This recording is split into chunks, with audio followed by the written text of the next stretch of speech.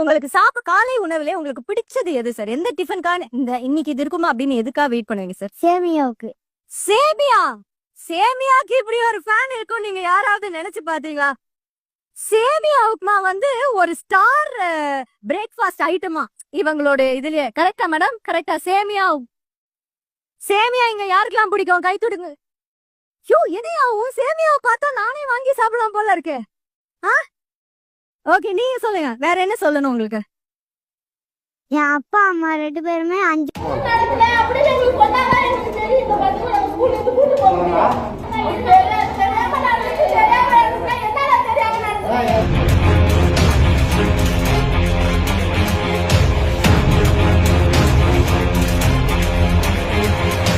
கடலூர் மாவட்டம் ஆதிவராக நத்தம் ஊராட்சி ஒன்றிய நடுநிலைப் பள்ளியில் காலை உணவாக வழங்கப்பட்ட சேமியாவில் பல்லி இறந்து கிடந்ததாக தெரிவிக்கப்பட்டதால் 17 மாணாக்கர்கள் மருத்துவமனையில் அனுமதிக்கப்பட்டனர்.